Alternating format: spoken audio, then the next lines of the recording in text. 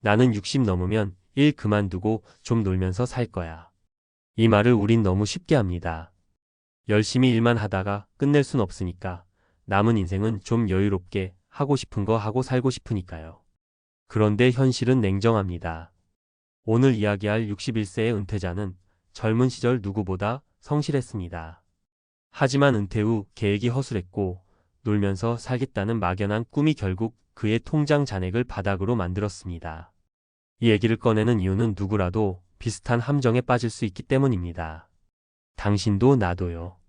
우리 모두 나중에 좀 여유 있게 살자는 말에 공감하면서도 구체적인 준비를 미루곤 하잖아요. 그래서 오늘은 이 61세 은퇴자의 사례를 비롯해 은퇴 후 계획을 세울 때 꼭 생각해야 할 현실적인 문제들을 차근차근 짚어보려 합니다. 이야기를 들으면서 혹시 내 상황도 비슷한지 지금이라도 고칠 부분은 없는지 한번 같이 살펴봐요. 먼저 그 61세 남자의 사례부터 들려드릴게요. 그는 30대 후반부터 60세까지만 일하고 그 뒤에는 여행도 다니고 하고 싶은 거 하며 살겠다는 계획을 주변에 자주 말했습니다. 정년이 보장된 회사는 아니었지만 50대 초반까지는 큰 문제 없이 돈을 벌었죠. 하지만 회사가 구조 조정에 들어가자 예상보다 일찍 55세에 퇴직을 하게 됐습니다. 5년쯤은 버틸 수 있겠지. 이게 그의 생각이었어요. 그때 가진 자산이 약 2억 정도. 퇴직금과 그간의 저축을 합친 금액이었습니다. 사실 2억이 전부였던 거죠. 그 돈을 은행에 묶어두기도 하고 일부는 주식에도 투자했는데 시장이 흔들릴 때 손실을 피하지 못했습니다. 생활비는 매달 20만 250 정도 썼습니다. 특별히 사치한 건 아니었지만 수입이 없으니 돈이 빠르게 줄었어요. 그리고 61세가 되었을 때 통장에 남은 돈은 800만 원 남짓이었습니다. 그제야 그는 후회했어요. 이 돈으로 내가 어떻게 살지? 이 사례는 단편적이지만 너무 흔한 이야기입니다. 조기 은퇴 편안함이라는 착각이 가져온 참혹한 결말이죠. 비슷한 예를 또 들어볼까요? 두 번째 사례는 60세 부부 이야기입니다. 남편이 59세에 조기 퇴직하고 우리 이제 여행 다니면서 살자고 결정했어요. 아이들도 다 키워놨고 서울 아파트 전세 보증금을 빼면 시골에 작은 집도 살 수 있겠다 싶었습니다. 그들은 실제로 전세를 빼서 전남의 한 소도시에 이사했습니다. 남은 돈이 1억 5천 정도였어요. 그 돈을 3년에 걸쳐 여행, 차 바꾸기, 집 수리, 생활비에 쓰다 보니 어느새 5천만 원도 안 남았죠. 남편이 다시 일자리를 구하려 해도 60대가 된 후에는 일자리가 마땅치 않았습니다. 아내는 늘 싸움이 잦아졌어요. 당신이 하자며 했잖아. 남편은 그때는 이렇게 될 줄 몰랐어 라며 고개를 떨궜죠. 결국 부부는 기초연금 신청하고 공공근로나 편의점 알바를 알아보는 처지가 됐습니다. 이 사례가 아픈 건 둘 다 정말 성실했던 사람들이었거든요. 아이들 학비 대고 부모 봉양하고 스스로를 아껴가며 살았는데도 은퇴 후 계획이 막연했기 때문에 이렇게 무너졌습니다. 세 번째 사례는 조금 다릅니다. 이분은 62세 여성인데 남편이 58세에 갑자기 건강이 나빠져 수입이 끊겼습니다.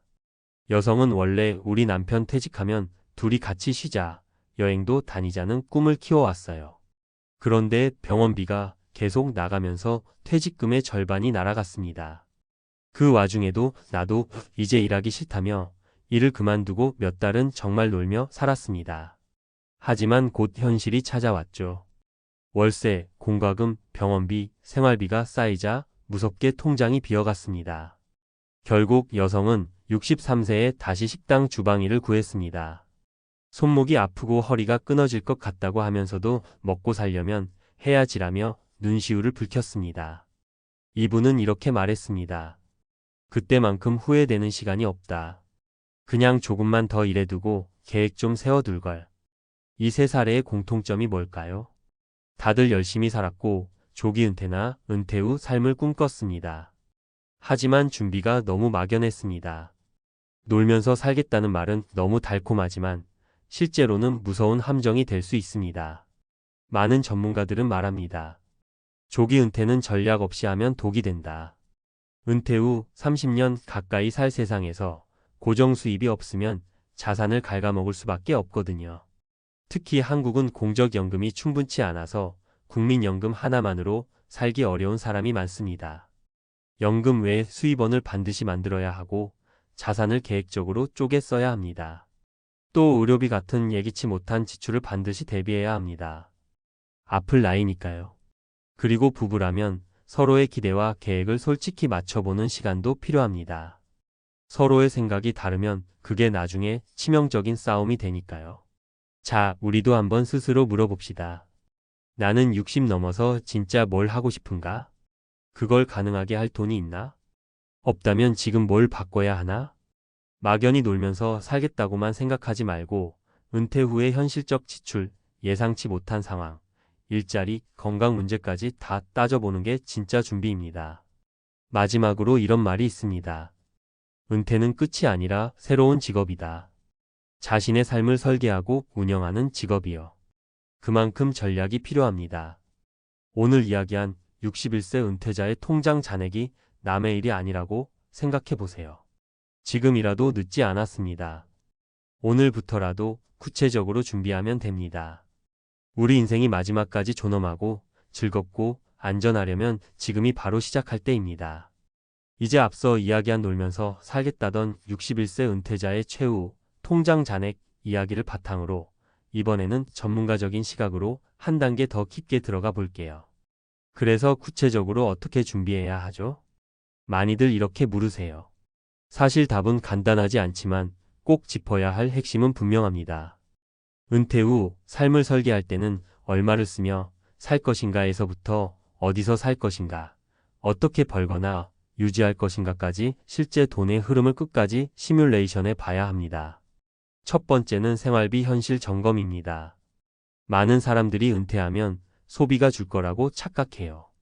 하지만 한국에서 실제로 조사해 보면 60대 부부의 월 평균 생활비는 약 25만 300만 원 선입니다. 이게 서울이냐, 지방이냐, 주거 형태가 자가냐, 전세냐, 월세냐에 따라 달라지죠. 특히 의료비가 은퇴 후엔 정말 예측 불가입니다. 국민건강보험공단 자료를 보면 60대 이후 의료비가 50대에 2배 가까이 뛰어요. 예를 들어 매달 30만 원 정도로 생각했는데 실제로는 병원비가 50만 70만 원 나오는 경우도 허다합니다. 따라서 우리 부부는 월 200이면 살지 같은 말은 절대 함부로 하면 안 됩니다. 꼭 지금부터 본인 지출 내역을 3개월이라도 적어보세요. 식비, 교통비, 통신비, 보험료, 의료비, 여가비까지. 막연한 게 가장 무섭습니다. 두 번째는 소득 대책입니다. 많은 분들이 국민연금 있잖아라고 말하는데 현실은 냉혹합니다. 2024년 기준으로 국민연금 평균 수령액이 60만 원대입니다. 부부가 둘 다 받는다고 해도 120만 원 정도죠. 이게 생활비 250만 원의 절반도 안 됩니다. 퇴직연금이 있으면 좋지만 그것도 10년 정도 분할 수령 후에는 끝나는 경우가 많습니다. 사적연금이나 금융자산이 없다면 결국 모아둔 돈을 갉아먹거나 다시 일해야 합니다. 그러니 전문가들이 늘 강조하는 게 은퇴 후에도 일정한 현금 흐름을 만들 것이에요. 주택연금, 월세 수입, 소액 창업, 알바, 재취업 등 뭐라도 있어야 합니다. 예를 들어 주택연금은 3억 정도 시가의 주택이면 월 70만 80만 원 정도 받을 수 있어요. 부담을 느끼는 분도 있지만 집이 있으면 고려해 볼 만한 옵션입니다. 세 번째는 자산 관리 전략입니다.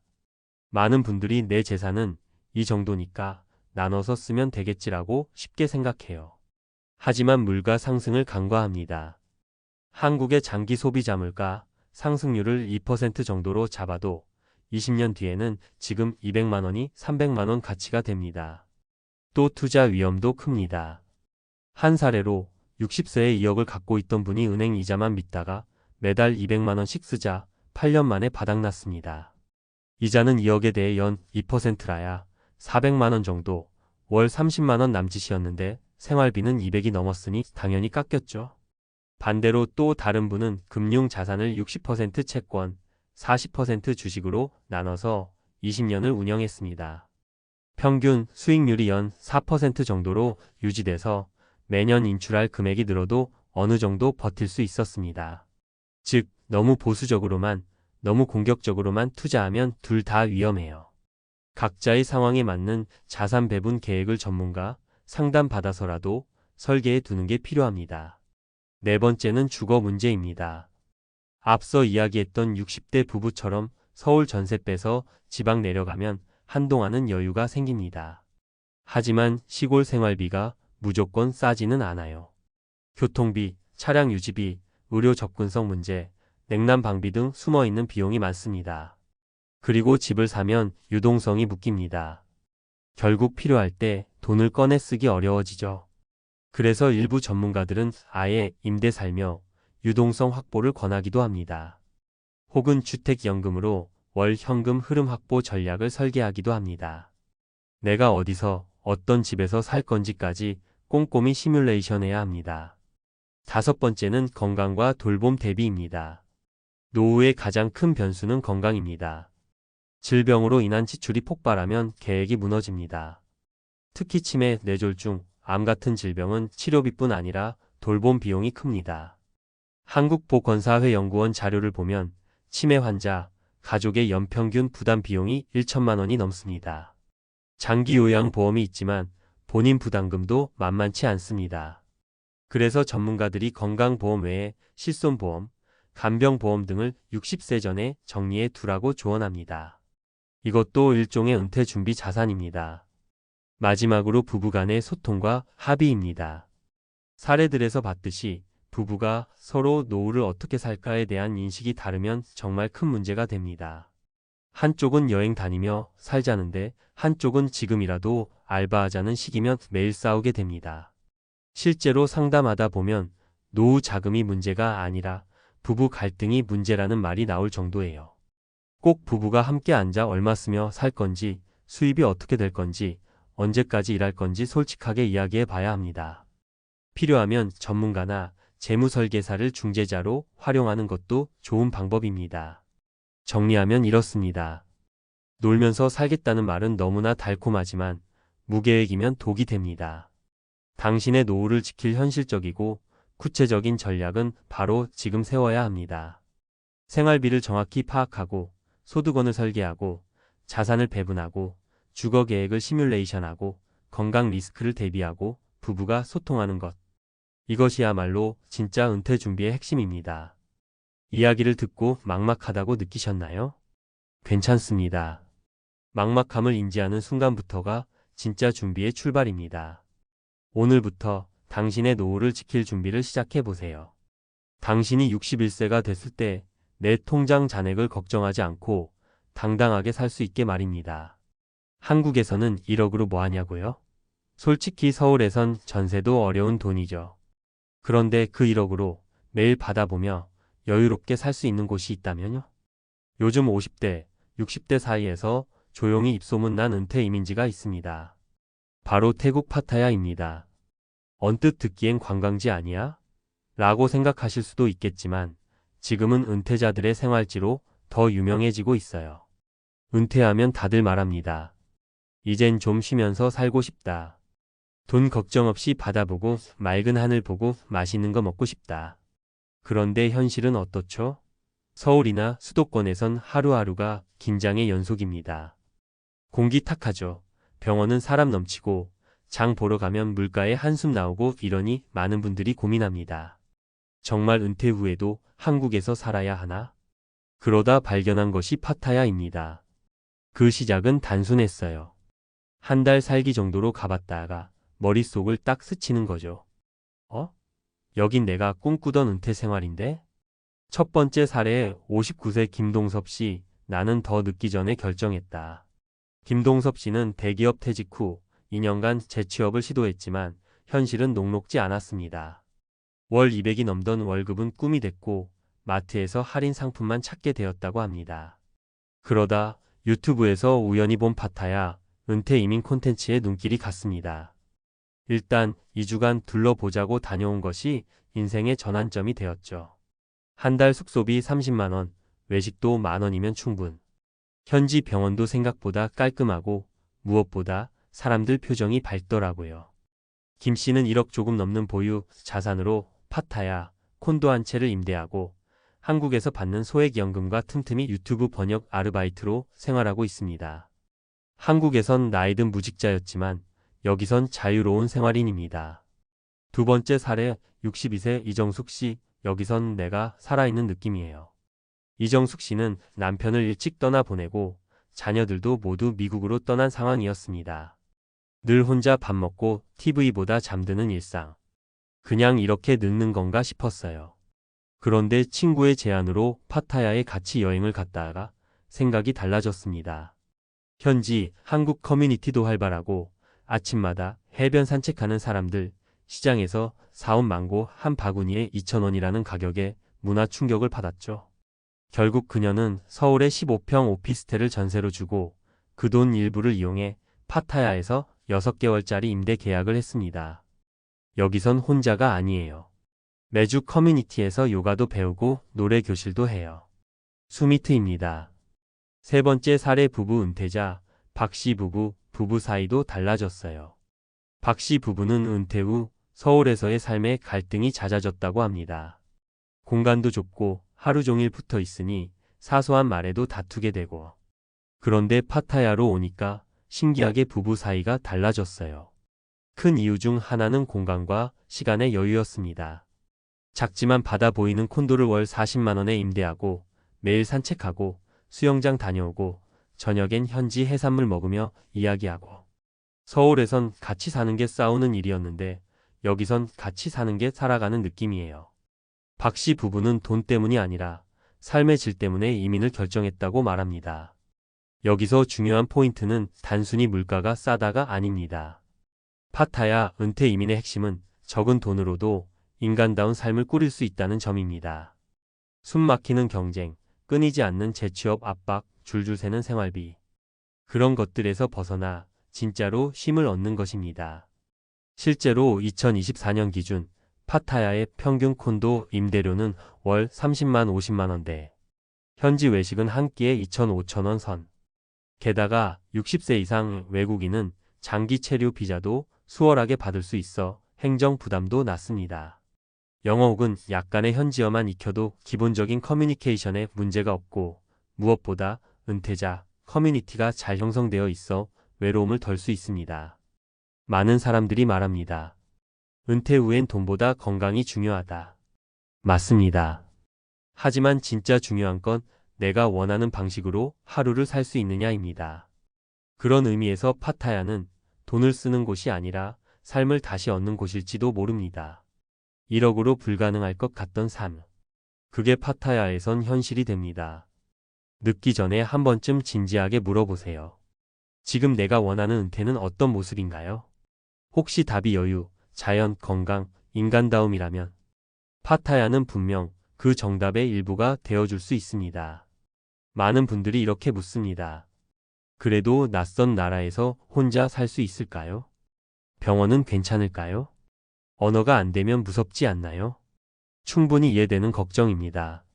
하지만 파타야에 실제로 살아본 은퇴자들의 이야기와 전문가의 시각을 함께 보면 이 불안은 꽤나 현실적으로 해소됩니다. 먼저 의료입니다. 태국의 의료 수준은 동남아시아에서 손꼽히는 수준이고 특히 방콕이나 파타야에는 국제병원이 잘 갖춰져 있습니다. 파타야 시내에 위치한 방콕 병원 뱅카크 하스피털 PATTAYA은 외국인 전용 데스크, 통역 시스템, 전문의 진료 체계를 갖추고 있어 진료 접근성이 높습니다. 진료비는 한국 대비 약 1,315 수준이고 건강보험은 한국 국민건강보험을 유지한 채도 가능하며 일부는 태국 민간보험 상품을 선택해 저렴한 보험료로 커버를 받습니다. 그리고 주거비 1억으로 콘도 구매도 가능합니다. 신축은 어렵지만 실거주 510년 정도 된 중고 콘도는 파타야 해변 도보권 내에서도 약 1,500만 3천만 원대에 거래됩니다. 하지만 많은 은퇴자들은 구매보다 임대를 선택합니다. 이유는 간단합니다. 유지보수 스트레스가 없고 중간에 지역을 옮기기도 편하고 계약이 유연해서 시세 변동 리스크를 줄일 수 있기 때문입니다. 현재 파타야 기준으로 스튜디오형 콘도는 월 30만 원 미만, 바다뷰 포함 1룸 이상은 월 4,060만 원대면 충분히 임대할 수 있습니다. 생활비는 어떨까요? 가장 중요한 지출이 바로 식비, 교통비, 통신비죠.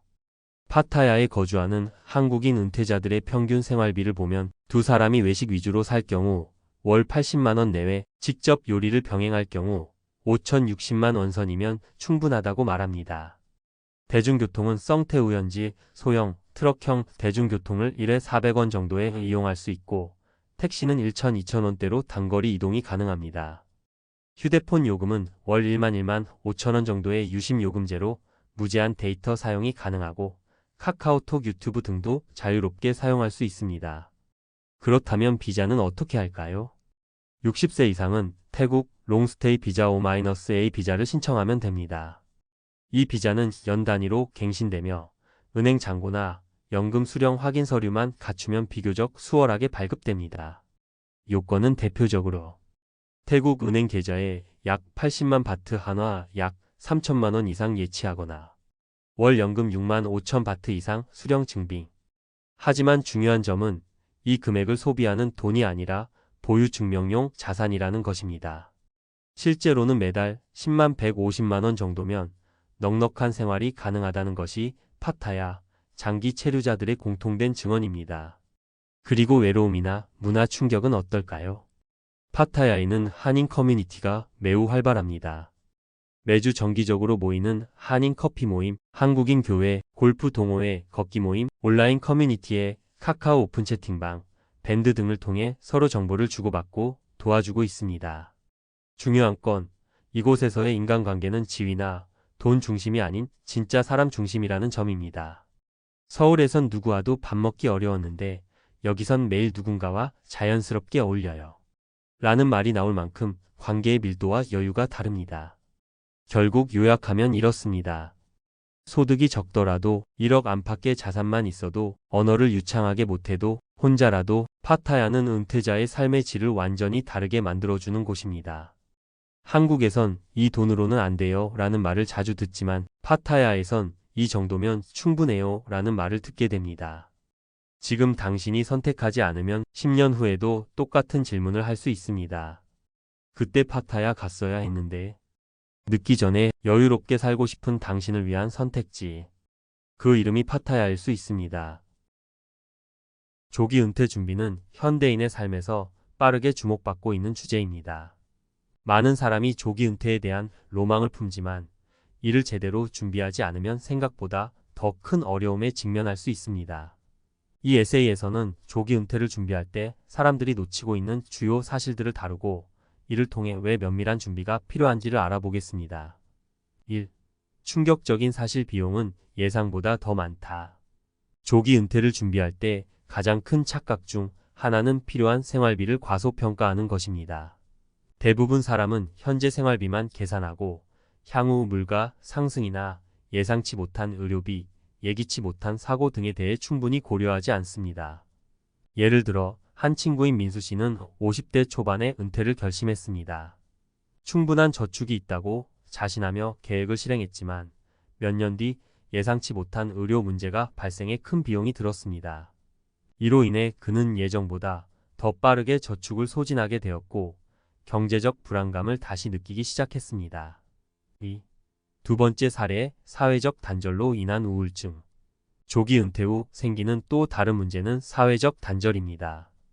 은퇴 전 직장에서 일어나는 다양한 인간관계는 자아, 존중감을 높여주는 중요한 요소입니다. 하지만 은퇴 후 이 관계가 끊기게 되면 개인은 갑작스러운 외로움과 우울감을 경험할 수 있습니다. 은퇴한 55세의 수지 씨는 자신만의 시간을 꿈꾸며 조기 은퇴를 결정했지만 몇 개월 후 사회적 활동이 줄어들면서 점차 우울감이 찾아왔습니다.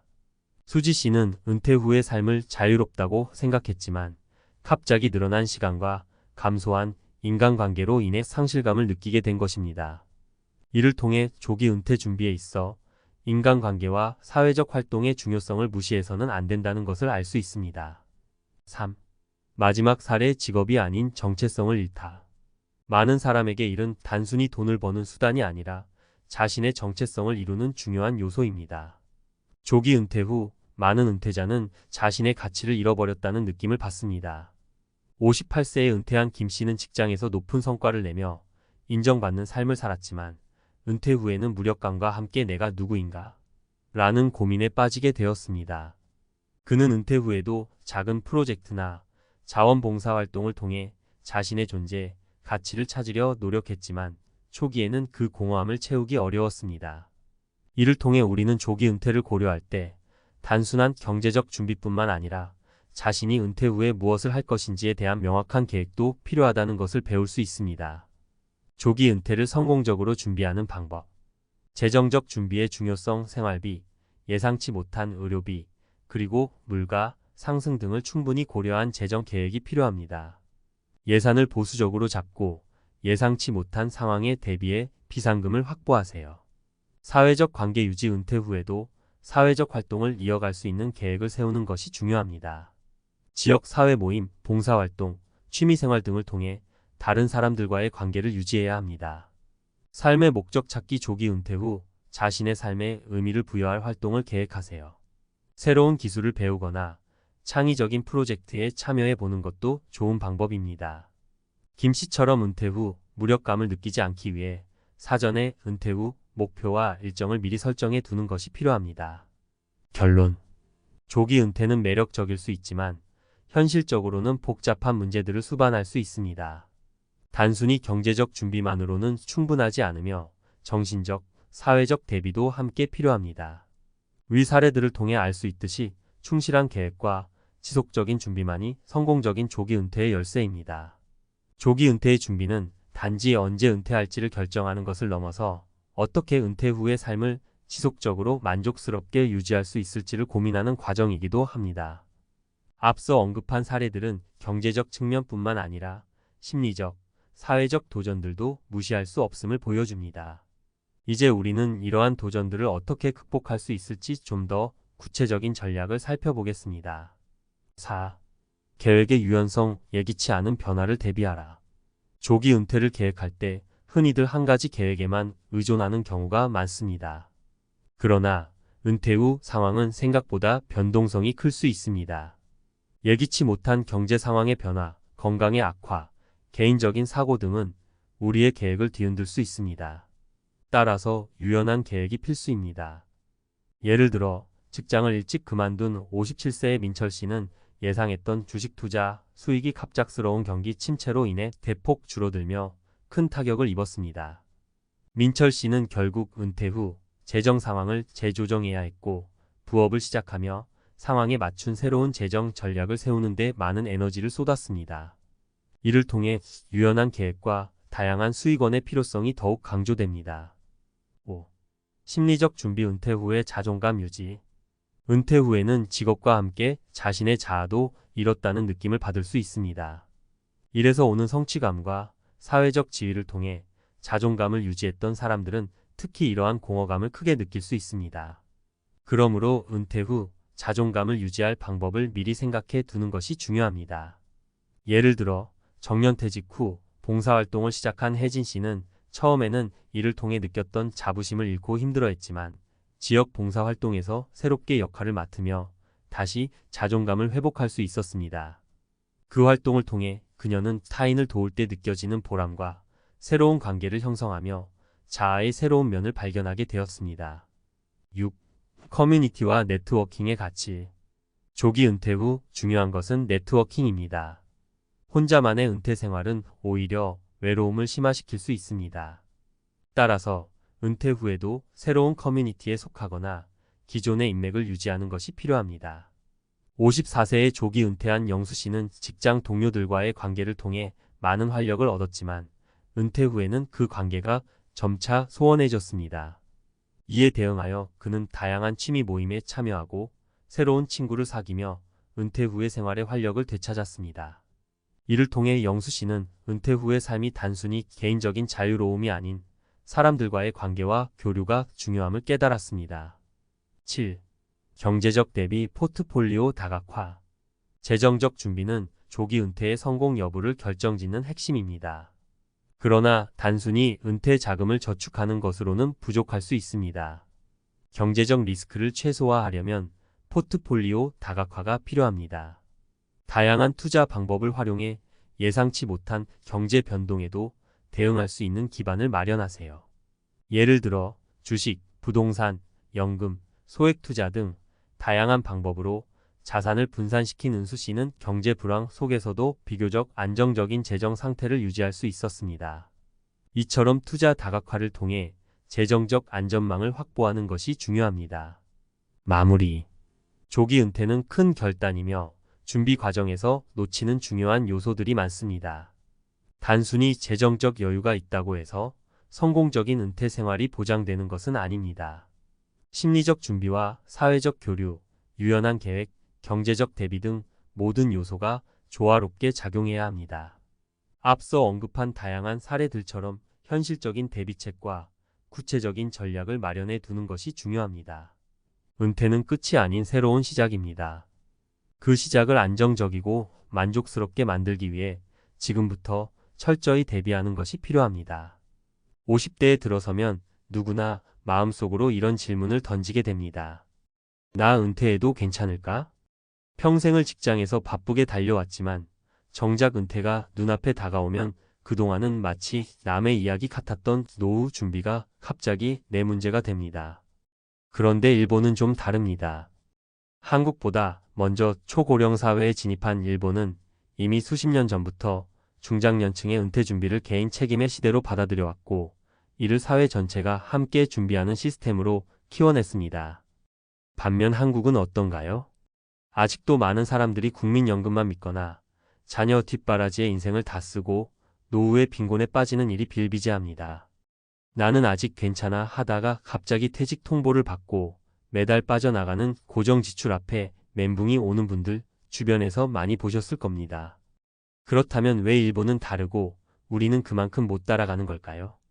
오늘은 일본 5060대들이 어떻게 은퇴를 준비하고 어떤 시스템과 마인드셋으로 노후를 버텨내고 있는지 구체적인 사례를 통해 알아보겠습니다. 1. 일본 은퇴 대비 핵심 키워드 준비는 50대부터. 일본에서는 이미 2000년대 초반부터 인생 100년 시대를 대비해 50대부터 은퇴 설계 교육을 받는 문화가 자리 잡기 시작했습니다. 이른바 라이프 플랜 스쿨, 은퇴 스쿨이라는 프로그램이 기업, 지자체, 대학 평생교육원 등을 통해 정기적으로 운영되고 있는데요.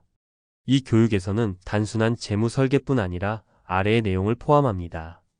퇴직 이후 수입 지출 분석, 연금 수령 시기 및 구조 이해, 제2의 직업 찾기, 가족 관계 재정립, 자원봉사 및 커뮤니티 활동 계획, 건강관리 및 식습관 개선. 한국처럼 퇴직금 받아서 빚 갚고 남은 돈은 통장에 넣어두자라는 단순 플랜이 아닙니다. 일본은 은퇴 후 3040년을 새로운 생의 이막으로 보고 설계하는 데 집중하고 있습니다. 2. 돈보다 중요한 건 역할이라는 인식. 일본 중장년층은 은퇴 후 가장 두려운 것이 수입의 단절이 아니라 사회적 역할의 상실이라고 말합니다. 그래서 많은 사람들이 자발적으로 은퇴 이후 파트타임 일자리, 지역 사회 참여, 취미를 통한 활동적 삶을 선택합니다. 예를 들어 일본 정부는 고령자를 위한 재취업 사이트인 실버인재센터를 전국적으로 운영 중입니다. 65세 이상도 가벼운 노동, 경비, 아이 돌봄, 텃밭 관리, 행정 보조 등으로 수익도 얻고 삶의 활력도 유지하게 돕죠. 한국은 아직도 나이 들면 집에서 쉬는 것이라는 인식이 강하고 은퇴 이후 우울증이나 무기력증으로 고생하는 분들이 많습니다. 3. 사례로 보는 일본식 은퇴 준비. 사례 1. 55세에 라이프 플랜 스쿨 입학한 사토시. 사토시 가명, 전직 은행원은 55세에 은퇴를 5년 앞두고 회사에서 권유한 은퇴 설계 과정을 수강했습니다. 그는 강의 중 자신의 연금 수령 시점을 조정하면 수령액이 연간 40만엔 증가한다는 사실을 알게 되었고, 실제로 수령 시기를 3년 늦추는 전략을 세웠습니다. 또한 제2직업으로 도서관 사서 보조라는 파트타임을 선택해 주 3일만 일하면서 월 7만엔의 부수입도 챙기고 있습니다. 노후에도 내가 여전히 사회에 기여하고 있다는 느낌이 정말 중요하더라고요. 사토시. 사례 이퇴직 후 카페 창업한 부부. 도쿄 외곽의 한 소도시. 미나미 부부는 퇴직 후 3년간 준비해 작은 카페를 열었습니다. 남편은 커피를 내리고 아내는 작은 디저트를 만들며 인근 주민들과 따뜻한 관계를 맺고 있습니다. 연금과 소득을 합쳐 월 25만엔 정도의 생활비로 충분히 자족 가능한 삶을 살고 있죠. 이들은 은퇴 10년 전부터 지역 창업지원센터에서 창업교육과 컨설팅을 받으며 준비해왔고 퇴직금 일부를 안전하게 투자해 운영 자금을 마련했습니다. 단순히 돈 버는 게 아니라 우리 삶의 리듬을 지키는 일이죠.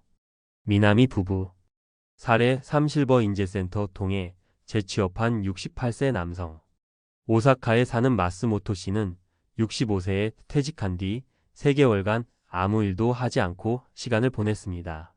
하지만 점점 무기력해지고 체력도 떨어지자 실버 인재센터를 찾아가 지역 초등학교 교통안전지도 요원으로 일하기 시작했죠.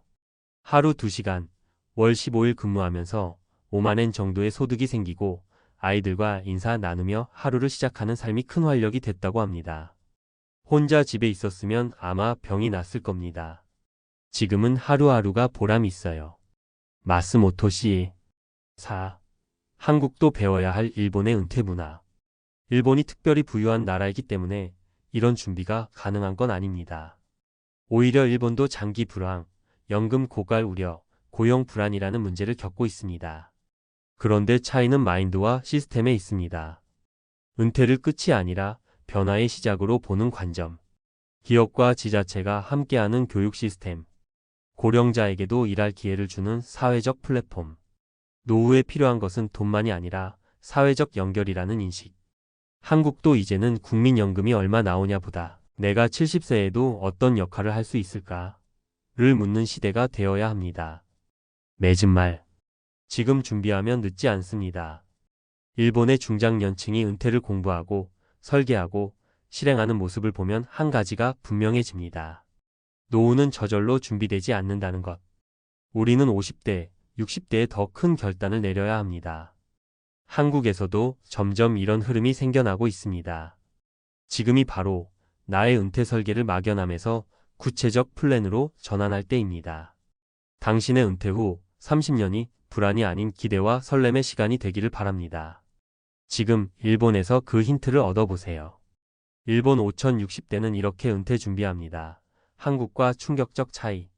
전문가 시각에서 본 일본식 은퇴 대비 시스템 분석. 1. 서론 일본과 한국 은퇴 준비의 구조적 차이. 한국과 일본은 모두 빠르게 고령화되는 사회입니다. 그러나 은퇴 대비에 대한 사회적 인식과 정책 대응은 매우 다릅니다. 일본은 이미 2000년대 초반부터 고령사회 대응 종합 정책을 수립하며 개인의 은퇴 준비를 사회 구조적으로 뒷받침하는 체계를 마련해 왔습니다. 반면 한국은 여전히 개인의 책임에 의존하는 방식이 강하고 교육과 제도적 지원이 미흡한 상황입니다. 2022년 기준 일본의 65세 이상 고령자 비율은 29%를 넘어섰으며 한국도 2025년이면 초고령사 회 65세 이상 인구 비중 20% 이상에 진입할 예정입니다. 이러한 상황에서 고령자의 경제활동 유지와 자산 기반 확보는 사회적 필수 과제가 되고 있습니다. 2. 일본의 은퇴 준비 시스템과 사회적 기반. 1. 라이프 플랜 교육의 제도화. 일본 기업과 정부는 중장년층을 위한 은퇴 설계 교육 프로그램을 정기적으로 운영합니다. 이른바 라이프 플랜 세미나 또는 은퇴 스쿨은 다음을 포함합니다.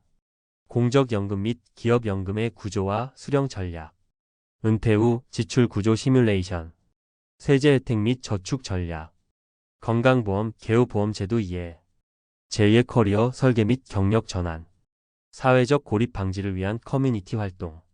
이는 단순한 재무관리 교육이 아니라 은퇴 이후 삶의 질 관리까지 포괄하는 포괄적 생애설계 과정입니다.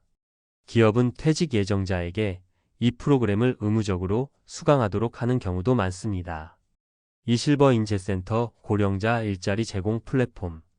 1985년 일본 노동부는 고령자 고용안정법을 통해 실버 인재센터 실버 휴먼 리소시즈 센터 제도를 도입했습니다. 전국 약 1300개 지역에서 운영되며 60세 이상 고령자에게 지역 맞춤형 일자리를 제공합니다. 주요 직종은 다음과 같습니다. 행정보조, 초등학교 교통안전지도, 공원 및 시설관리, 원예 가정관리, 경비 및 안내, 이 시스템은 고령자의 사회 참여 확대와 건강 유지, 소득 보전을 동시에 달성하고자 설계되었습니다. 2023년 기준 약 70만 명 이상의 고령자가 실버 인재센터를 통해 활동하고 있습니다. 3기업 연금 퇴직금 제도의 유연성. 일본은 국민연금 외에도 기업연금 DB형, DC형, 개인형 연금 IDCO, 퇴직금 제도 등 다양한 은퇴 자산 축적 수단을 제공합니다. 특히 IDCO는 개인이 자발적으로 납입하면서 세제 혜택을 받을 수 있어 50대 이상의 가입률이 증가 추세입니다. IDCO 개인형 확정기여 연금 세액 공제 혜택 연금소득 세율 적용 기업연금 DCDB형 안정적 자산 축적 기반 퇴직금 중간 정산 유연성 은퇴 전 창업 이직에 활용 가능 3.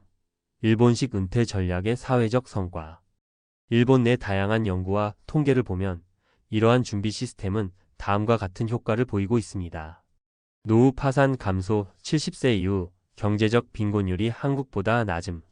고령자 경제활동 참여율 6,569세 노동 참여율이 2023년 기준 약 49%. 고령자 우울증 비율 감소 사회적 역할 유지가 정신건강에 긍정적 효과.